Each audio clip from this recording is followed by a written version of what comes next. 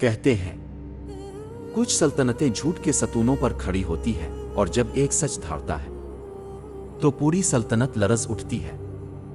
یہ داستان ہے زالاورہ سلطنت کی جس پر بادشاہ اوبے راج کرتا تھا۔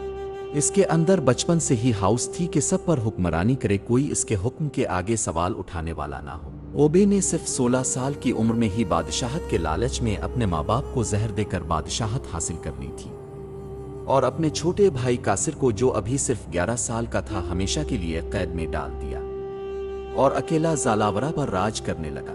زالاورہ کی سلطنت میں بادشاہوں کے ذریعے پشتوں سے ایک روایت چلی آ رہی تھی۔ ان کا ماننا تھا کہ غار میں موجود ڈریگن دیوی ہے جو ہر بدلتے موسم کے ساتھ ایک کنواری لڑکی کی قربانی مانگتی ہے، اور پشتوں سے یہ رسم ایسے ہی ادا کی جا رہی تھی تاکہ خوشحالی قائم رہے۔ ہر بدلتے موسم کے ساتھ ایک کنواری لڑکی کو غار میں پھینک کر غار کو منہ بند کر دیا جاتا۔ اب جب موسم بدلا تو بادشاہ نے اپنے سپاہیوں کو قربانی کا حکم دیا۔ سپاہیوں نے چھان بین کر کے عوام میں سے سب سے خوبصورت لڑکی لیا کو چنا۔ برف سی رنگت اور گہری آنکھوں والی یہ خاموش سی لڑکی تھی۔ لیا کی ماں تڑپ اٹھی اور روتے ہوئے چیخ و پکار کرنے لگی، جبکہ لیا کا باپ آنکھیں چرا کر مجمع کے ایک کونے میں کھڑا ہو گیا اور لیا روتے ہوئے بس اتنا کہہ سکی، دیوی کو میری قربانی سے کیا حاصل ہوگا؟ سپاہی لیا کو گھسیٹتے ہوئے محل لے آئے اور قید میں ڈال دیا گیا۔ لیا کو جہاں قید کیا گیا وہاں اس کے سامنے ہی قید خانے میں قاصر بھی موجود تھا۔ سپاہیوں کے چلے جانے کے بعد قاصر نے لیا کو مخاطب کیا، سنو لڑکی، تمہارا نام کیا ہے؟ لیا نے سر اٹھایا اور قاصر کو دیکھتے ہوئے جواب دیا، لیا۔ لیا، تمہیں یقیناً قربانی کے لیے یہاں لایا گیا ہے؟ قاصر نے سوال کیا، لیکن لیا خاموش رہی، اس کی آنکھوں میں اداسی اور مایوسی تھی۔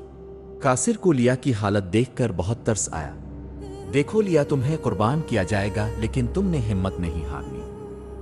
تمہاری جان اس لیے نہیں ہے کہ بے گناہ قربان کر دی جائے۔ لیا کہنے لگی، لیکن دیوی، اگر انہیں میری قربانی چاہیے تو میں کیسے بچ سکتی ہوں؟ دیکھو لیا، تمہیں ہمت کرنی ہوگی، ایسے مایوس مت ہو، اور تمہیں دیوی کی حقیقت بتا دوں، یہاں کوئی ڈریگن دیوی نہیں ہے، یہ سب ایک جھوٹ ہے۔ لیا کہنے لگی، تم یہ سب کیسے کہہ سکتے ہو؟ قاصر لیا کو ساری حقیقت سے آگاہ کرتا ہے کہ کیسے اس کے ماں باپ کو اوبے نے قتل کیا اور کیسے اسے زندان میں ڈالا گیا۔ قاصر لیا کو بتاتا ہے کہ اس نے بچپن میں ایک کتاب پڑھی تھی جس میں ان کی پشتوں کی سلطنت کے راز ہیں، اور اس میں لکھا ہے کہ ڈریگن کی بھوک مٹانے کے لیے بادشاہ کے لیے ضروری ہے کہ وہ ڈریگن کی خوراک کا انتظام کرتا رہے، ورنہ ڈریگن اگر غار سے باہر آ گیا تو وہ سب کچھ جلا کر راکھ کر دے گا، اور اسی لیے ہر بادشاہ اس روایت کو جاری رکھے ہوئے ہے۔ لیا یہ سن کر اور بھی پریشان ہو جاتی ہے، میں پھر کیا کروں؟ میں کیسے بچ سکتی ہوں؟ یہ تو مجھے صبح لے جائیں گے۔ دیکھو بس ہمت مت ہارنا۔ اگلی صبح لیا کو قید خانے سے نکال کر غار تک لے جایا گیا اور ایک خوفناک غار کے دہانے سے اندر پھینک دیا گیا۔ لیا چیختی رہی مگر کسی نے اس کی فریاد نہیں سنی۔ پہاڑ کا منہ پتھروں سے بند کر دیا گیا۔ غار کے اندھیرے میں لیا کی دھڑکنیں تیز تیز چل رہی تھی اور وہ آنکھیں پھاڑ پھاڑ ہر جانب دیکھ رہی تھی۔ لیا آہستہ آہستہ غار کے اندر بڑھ رہی تھی، اس کے اندر قاصر کے الفاظ گونج رہے تھے، وہ اس امید پر کہ شاید کوئی راستہ مل جائے زندگی کا جہاں سے وہ اس غار سے نکل سکے آگے بڑھ رہی تھی۔ اسے کچھ سرگوشی سنائی دی۔ لیا نے مڑ کر دیکھا تو کچھ دکھائی نہ دیا، لیکن ایک دم جیسے آگ کا دریا امٹ کر لیا کی طرف بڑھا اور لیا اپنی جان بچاتے آگے تیز قدموں دوڑنے لگی اور ایک گہرے گڑھے میں گر گئی۔ گڑھے میں گرتے ہوئے وہ آگ سے تو بچ گئی لیکن اس کی ٹانگ کو شدید چوٹ آئی۔ لیا درد سے کراہنے لگی، لیکن ساتھ ہی اسے احساس ہوا کہ کوئی اس کے بہت قریب ہے۔ وہ منہ پر ہاتھ رکھے بالکل خاموش ہو گئی کہ کوئی اس کی آواز سن نہ سکے۔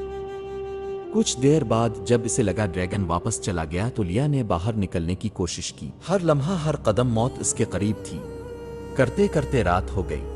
ڈریگن بار بار حملہ کرتا، لیا زخمی ہوتی، مگر ہر بار کسی نہ کسی طرح وہ بچ نکلتی۔